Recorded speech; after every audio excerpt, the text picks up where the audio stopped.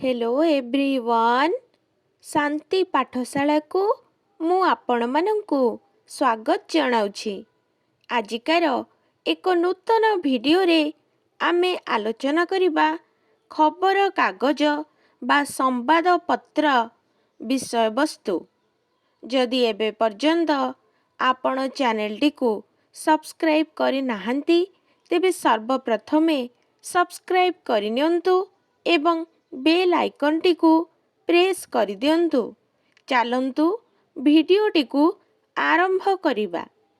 उपक्रम आधुनिक जुग को संवाद पत्र बा खबर कागजर जुग बोली अभिहित कले अत्युक्ति हेबो नाही।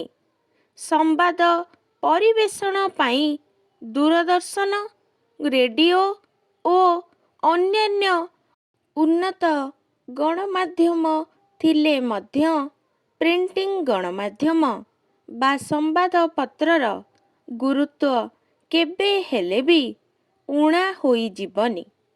संवाद पत्रर प्रशस्त ओ प्रमुक्त गवाक्ष पथरे सारा विश्व को आमे देखिबार सुजोग पाइथाउ।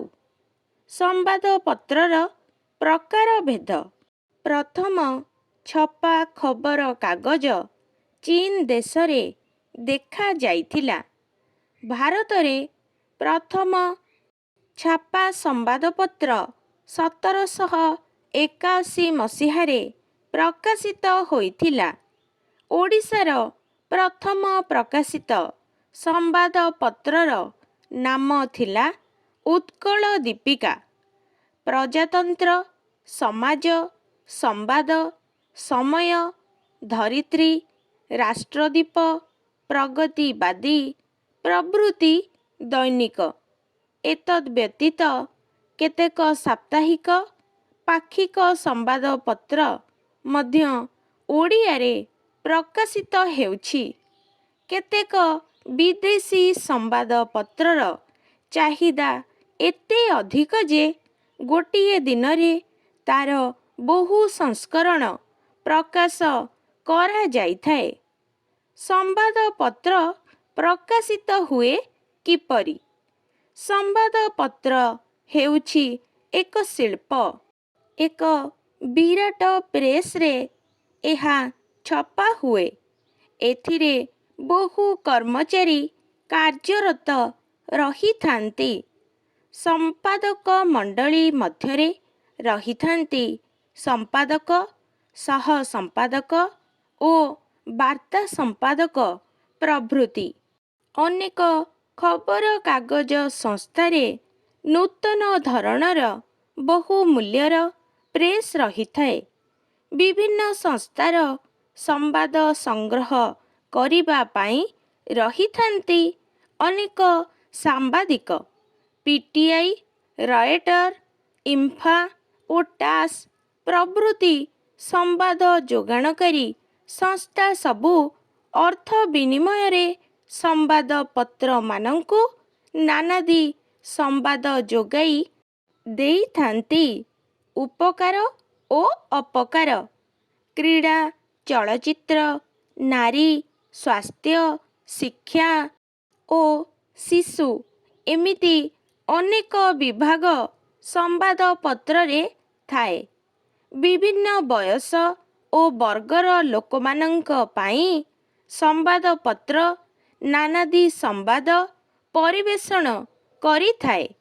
सेथिरु बहु लोक बहु नूतन तथ्य जानिबार सुजोग पांती एवं बहु लेखक, कवि, स्तंभकार सृष्टि होई थांती।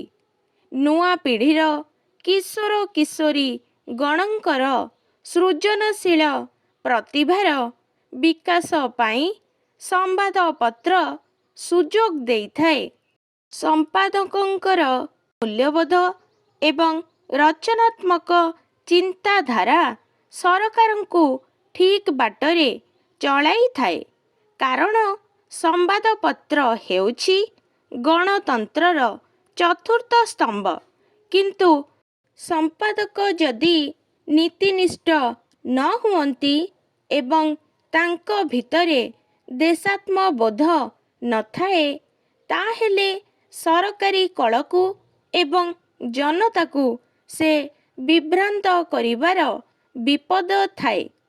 ଶେଷ କଥା, ଆମ ରାଜ୍ୟରେ ସମ୍ବାଦପତ୍ର ଶିଳ୍ପକୁ ଏକ ରୁଗ୍ଣ ଶିଳ୍ପ ବୋଲି କହିଲେ ଅତ୍ୟୁକ୍ତି ହେବ ନାହିଁ।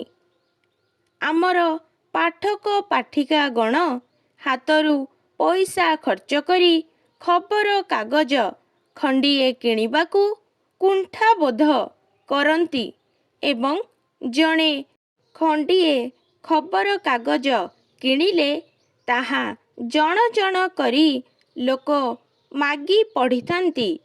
ଏଥିରେ ଓଡ଼ିଆ ଭାଷା, ସାହିତ୍ୟ ବା ସମ୍ବାଦପତ୍ର ଶିଳ୍ପ ଯେ କିପରି ବଞ୍ଚିବ ତାହା ଭାବି ହୁଏ ନାହିଁ। ଆଜିକାର ଭିଡ଼ିଓଟି ଆପଣଙ୍କୁ କିପରି ଲାଗିଛି କମେଣ୍ଟ ମାଧ୍ୟମରେ ନିଶ୍ଚୟ ଜଣାଇବେ ଏବଂ ଲାଇକ୍, ସେୟାର, ସବସ୍କ୍ରାଇବ୍ କରିବାକୁ ଜମାରୁ ଭୁଲିବେନି। ଧନ୍ୟବାଦ।